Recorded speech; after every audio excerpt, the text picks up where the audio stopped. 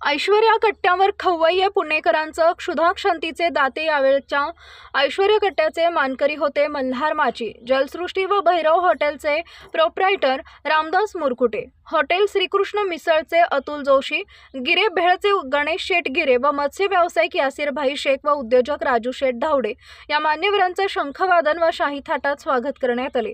या सर्वांकडून समाजाला एक आदर्श व प्रोत्साहन मिळणारे अनुभव ऐकावयास मिळत आहेत।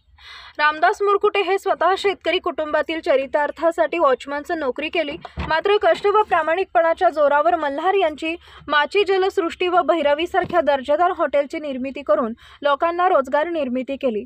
प्रसिद्ध श्रीकृष्ण मिसळच्या 84 वर्षाच्या इतिहास व चवीचं गुपित अतुल जोशी यांनी सांगताना शिस्त, वक्तशीरपणा व सातत्यानं चव राखण्याचं गुपितही सांगितले। वक्तशीरपणा, स्वच्छता, शिस्त व प्लास्टिक बंदीचे नियम पाळतात।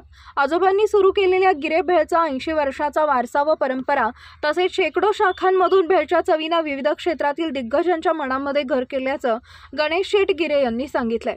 यासिर शेख यांनी मत्स्य उद्योगातील बारकावे सांगताना 6 राज्यांमध्ये व्यवसायाचा प्रसार व भविष्यात परदेशातही निर्यात करण्याचा मानस त्यांनी व्यक्त करताना नवनवीन माहिती उपस्थितांना दिली। यावेळी अप्पासाहेब रेणुसे व मित्रपरिवार उपस्थित होता। जावयाने आमच्या कट्ट्यावरचा योग घडवून आणला।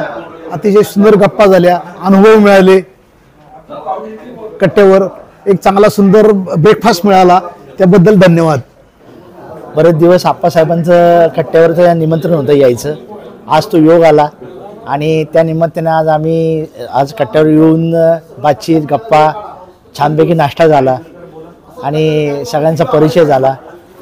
ह्या कट्ट्याला पुढच्या वाटचालीस खूप खूप शुभेच्छा गिरे परिवाराकडून, गिरे भेळकडून। धन्यवाद। आमचे परम मित्र गणेश गिरे यांच्या निमंत्रणावरनं ऐश्वर्या कट्ट्यावर यायचं सौभाग्य मला लाभलं आणि आप्पासाहेबांनी जो अतिशय स्तुत्य उपक्रम राबवलेला आहे तो असाच पुढे चालू ठेवा।